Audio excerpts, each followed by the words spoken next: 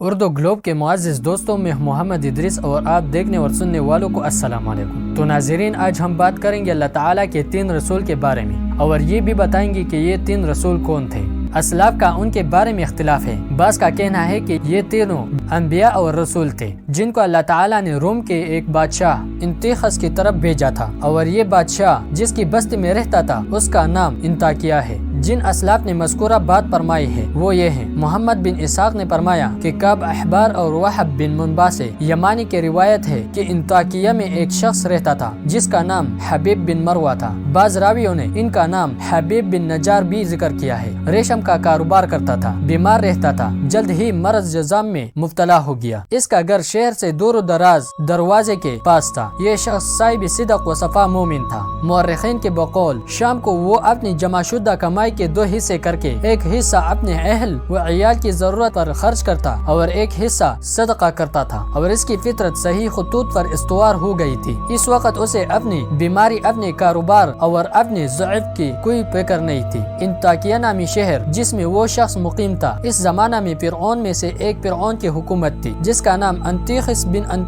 انتیخس تھا۔ یہ مشرک اور بت پرست تھا۔ اللہ تعالیٰ نے صادق، صدوق اور شلوم نامی 3 رسول بھیجے۔ اللہ تعالیٰ نے اس فرعون اور اس کے شہر والوں کی طرف مذکورہ 3 رسولوں میں سے پہلے 2 کو مبعوث کیا، پھر تیسرے رسول کو بھیج کر ان 2 کی تائید فرمائی۔ بعض دیگر علماء نے فرمایا کہ یہ 3 حضرات باقاعدہ اللہ تعالیٰ کے فرستاد نہیں تھے، بلکہ حضرت عیسیٰ علیہ السلام کے حواریوں میں سے تھے۔ ان کو حضرت عیسیٰ علیہ السلام نے بھیجا تھا، لیکن چونکہ حضرت عیسیٰ علیہ السلام نے انہیں اللہ تعالیٰ کے حکم سے ہی بھیجا تھا، اس لیے بھیجنے کی نسبت اللہ تعالیٰ کی طرف کر دی گئی، اور فرمایا اذ ارسلنا الیہم اثنین فکذبہما فعززنا بثالث۔ ترجمہ: جب ہم نے ان کے پاس 2 کو بھیجا تو انہوں نے جھٹلایا، تو پھر ہم نے تیسرے کو ان کی مدد کے لیے بھیجا۔ وَاضْرِبْ لَهُمْ مثلاً کے بارے میں حضرت قتادہ رضی اللہ تعالیٰ عنہ نے فرمایا کہ ہمیں یہ بتایا گیا ہے کہ روم کے ایک شہر انطاکیہ کی طرف حضرت عیسیٰ علیہ السلام نے اپنے 2 حواریوں کو بھیجا۔ جب قوم نے ان دونوں کو جھٹلایا تو تیسرے کو بھیج کر ان 2 کی مدد کی۔ انہوں نے اپنے قوم سے فرمایا کہ ہم تمہاری طرف بھیجے گئے ہیں۔ ابن اسحاق کی ایک روایت میں ہے کہ جب ان پیغمبروں نے اس قوم کو دعوت دی، اسے اللہ تعالیٰ کے حکم سے پکارا، وہ بات انہیں وضاحت سے بتائی جس کا انہیں حکم دیا گیا تھا، جس دین پر وہ عمل پیرا تھے۔ ان کے نقائص بیان کیے تو بستی والوں نے پیغمبروں کو جواب دیا: انا تطیرنا بکم لئن لم تنتہوا لنرجمنکم ولیمسنکم منا عذاب علیم۔ ترجمہ: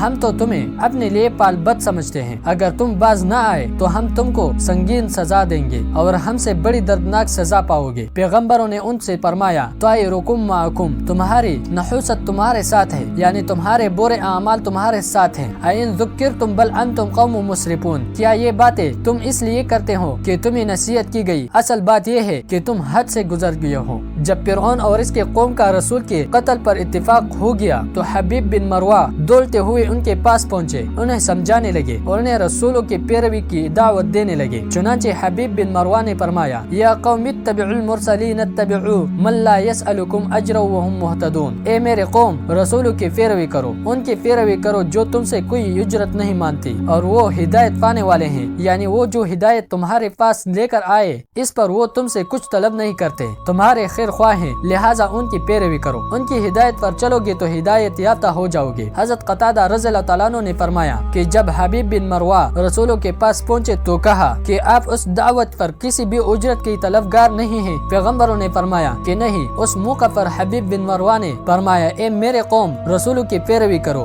جو تم سے کوئی اجرت بھی نہیں مانگتے اور ہدایت پانے والے ہیں۔ ابن اسحاق کی روایت ہے کہ اس کے بعد حبیب بن مروہ نے اپنے قوم کی بت پرستی کے خلاف آواز بلند کی اور ان کے سامنے اپنا برحق دین اور اپنے رب کی عبادت ظاہر کی۔ انہیں خبردار کر دیا کہ اللہ کے سوا کوئی بھی ان کے نفع و نقصان کا مالک نہیں ہے۔ چنانچہ حبیب بن مروہ نے اس سلسلے میں جو فرمایا اسے قرآن کریم نے وَمَا لِيَ لَا أَعْبُدُ الَّذِي سے فَاسْمَعُوا تک کے الفاظ میں نقل فرمائے ہیں، جس کا ترجمہ یہ ہے: اور میرے لیے کیا ہے کہ میں اس کی عبادت نہ کروں جس نے مجھے پیدا کیا، اور اس کی طرف تم لوٹ جاؤ گے؟ کیا میں اس کے سوا کوئی اوروں کو معبود بناؤں کہ اگر رحمان مجھے تکلیف دینے کا ارادہ کرے تو ان کی سفارش میرے لیے کچھ کام نہ آئے گا اور نہ مجھے، بے شک میں تمہارے رب پر ایمان لایا ہوں، بس میرے بات سنو، یعنی میں تمہارے رب پر ایمان لایا ہوں جس کا تم نے انکار کیا ہے، تو میرے بات سنو۔ جب حبیب بن نجار نے اپنی قوم سے یہ بات کہی تو قوم نے یکدم حملہ کر کے انہیں شہید کر دیا۔ حبیب بن مروہ اپنی ضعف اور کمزوری کی وجہ سے قوم کی نظر میں بہت کمزور تھے، کسی نے بھی ان کا دفاع نہ کیا۔